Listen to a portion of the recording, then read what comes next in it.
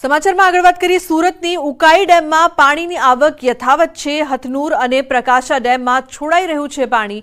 ઉકાઈ ડેમમાં 66,227 ક્યુસેક પાણીની આવક નોંધાઈ છે। ઉકાઈ ડેમની જળ સપાટી 327.33 ફૂટે પહોંચી છે।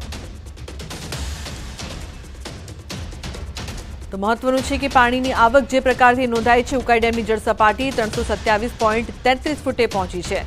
ઉકાઈ ડેમમાં પાણીની આવક યથાવત જોવા મળી રહી છે। તો હથનુર અને પ્રકાશા ડેમમાંથી પાણી છોડવામાં આવ્યું છે।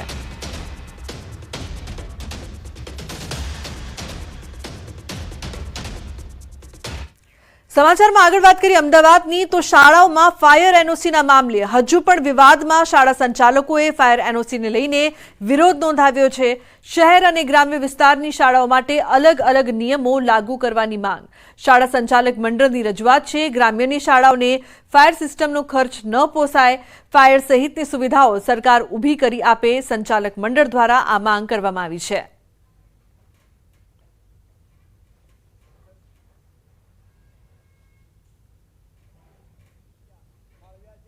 એમાંથી 250 કરોડ રૂપિયા આ વર્ષે ખર્ચવાના છે।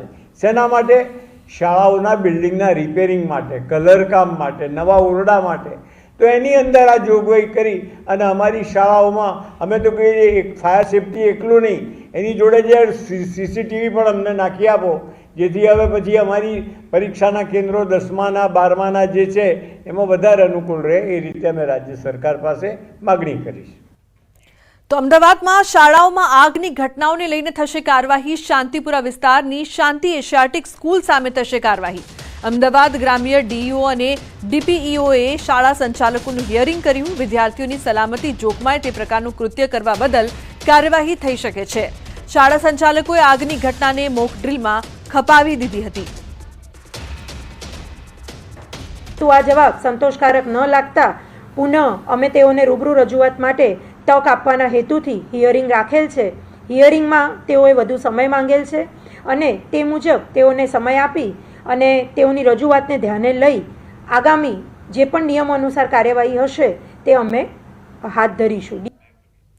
સમાચારમાં આગળ વાત કરીશું રાજકોટની વિછિયા તાલુકા પંચાયતમાં અવિશ્વાસની દરખાસ્ત। કોંગ્રેસ પ્રમુખ પ્રવીણભાઈ ગાબુ વિરુદ્ધ અવિશ્વાસની દરખાસ્ત પસાર। કોંગ્રેસના 14માંથી 8 સભ્યોએ વિરોધમાં મતદાન કર્યું। કોંગ્રેસના સભ્યો તોડવામાં આવ્યા હોવાનો આક્ષેપ કરવામાં આવ્યો। ત્રીજી વખત મૂકવામાં આવી હતી અવિશ્વાસની દરખાસ્ત।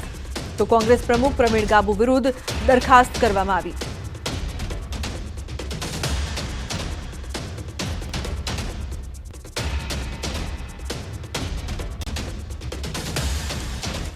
સમાચારમાં આગળ વાત કરીશું ખાડા તો પૂરવા જ પડશે।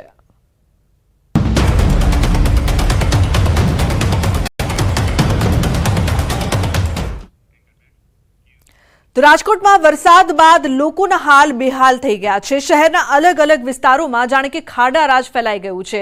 ગોંડલ ચોકડી નજીક આવેલા નેશનલ હાઈવે પર સર્વિસ રોડ પર એવી સ્થિતિ છે કે લોકો અહીંથી નીકળવાનું પસંદ નથી કરતા।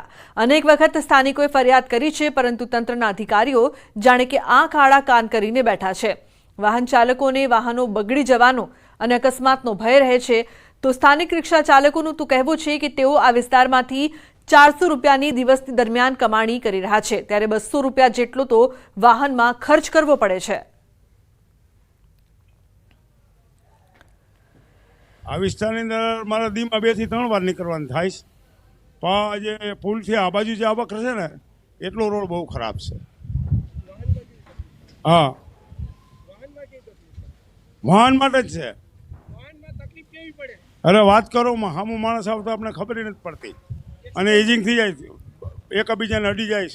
હજુ તો રાજકોટ શહેરમાં મેઘરાજા મન મૂકીને વરસ્યા પણ નથી, ત્યાં જ શહેરના રસ્તાઓના હાલ બેહાલ થઈ ગયા છે। અહીંયા જ્યાં જુઓ ત્યાં જે છે મોટા મોટા ખાડાઓ જોવા મળી રહ્યા છે।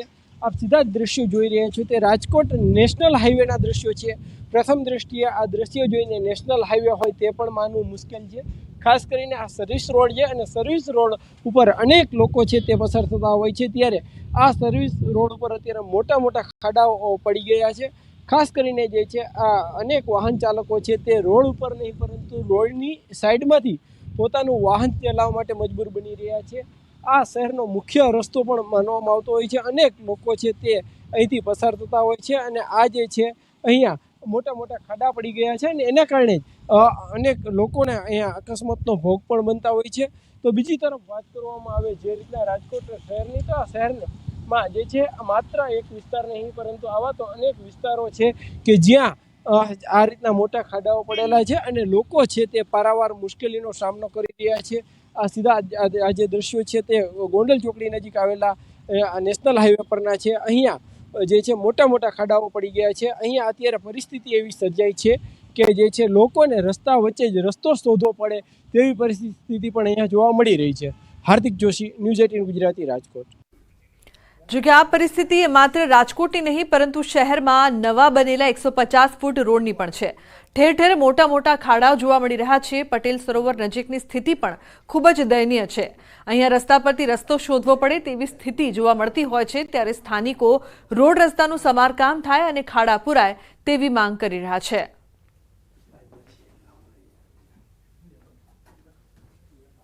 શહેરના નવા રિંગ રોડના હાલ બેહાલ થયા છે. અહીંયા જે છે રસ્તાઓ પર ખાડા નથી પરંતુ ખાડાઓમાં રસ્તા હોય તેવા દ્રશ્યો જોવા મળી રહ્યા છે. આ જે છે રેસકોર્સ, નવા રેસકોર્સ ખાતે આ રોડ આવેલો છે. બાજુમાં જ એક વિશાળ અટલ સરોવર પણ આવેલું છે જ્યાં અનેક લોકો ફરવા પણ આવતા હોય છે. આ લોકોને અહીંથી પસાર થવું પડતું હોય છે. ખાસ કરીને આ નવો રિંગ રોડ છે તે હજુ થોડા સમય પહેલા જ બનાવવામાં આવ્યો હતો, ત્યાં જ હાલ બેહાલ થઈ ગયા છે. જે ઠેર ઠેર મોટા મોટા ખાડાઓ જે જોવા મળી રહ્યા છે. વાહન ચાલકો છે તે પણ જે ખાડાઓ વચ્ચે જાણે રસ્તાઓ શોધી અને પોતાનું વાહન પસાર કરતા હોય તેવા દ્રશ્યો પણ અહીંયા જોવા મળી રહ્યા છે. આમ તો જે છે રોડ વચ્ચે લોકો હાલતા હોય છે પરંતુ અહીંયા રોડ વચ્ચે જ એવડા મોટા જે છે ખાડાઓ છે કે લોકો રોડની સાઈડમાંથી અને એ પણ મહા મુસીબતે રસ્તો શોધીને ચાલતા હોય તેવા દ્રશ્યો અહીંયા જોવા મળી રહ્યા છે. આટલા ખાડાઓ વચ્ચે લોકો છે તે પણ ભારે હાલાકીનો સામનો કરી રહ્યા છે. ત્યારે જે રીતના વાત કરવામાં આવે તો લોકોમાં પણ ક્યાંક આક્રોશ જોવા મળી રહ્યો છે. લોકોના પ્રજાના ટેક્સના પૈસા બનેલો આ રોડ છે, રિંગ રોડ છે, એમના હાલ બેહાલ થયા છે. ત્યારે લોકોને પણ ભારે હાલાકીનો સામનો કરવો પડી રહ્યો છે. લોકોમાં પણ ક્યાંક આક્રોશ જોવા મળી રહ્યો છે. ત્યારે અહીંયા સૌથી મોટો સવાલ એ ઊભો થાય છે કે નવા બનેલા રોડની આ સ્થિતિ હોય અને હજુ શરૂઆતમાં જ આવી પરિસ્થિતિ જોવા મળતી હોય તો આગળ આવતા દિવસોમાં આ રોડના શું હાલ હશે, અહીંથી પસાર થતા લોકોના શું હાલ હશે, તે પણ સૌથી મોટો સવાલ છે. હાર્દિક જોશી, ન્યૂઝ 18 ગુજરાતી, રાજકોટ. એક નાળા નીચે નથી જવાય, માહિતી નથી જવાય અને ફૂલ વરસાદ થોડો ઘણો વરસાદ આવે ને તો અહીંયા પાણી એટલું ભરાઈ જાય ને ખાડામાં ગાડી પડી જાય, ખબર ન પડે. એક્સિડન્ટ એટલા થાય. તો દર વર્ષે આમ જ હોય છે.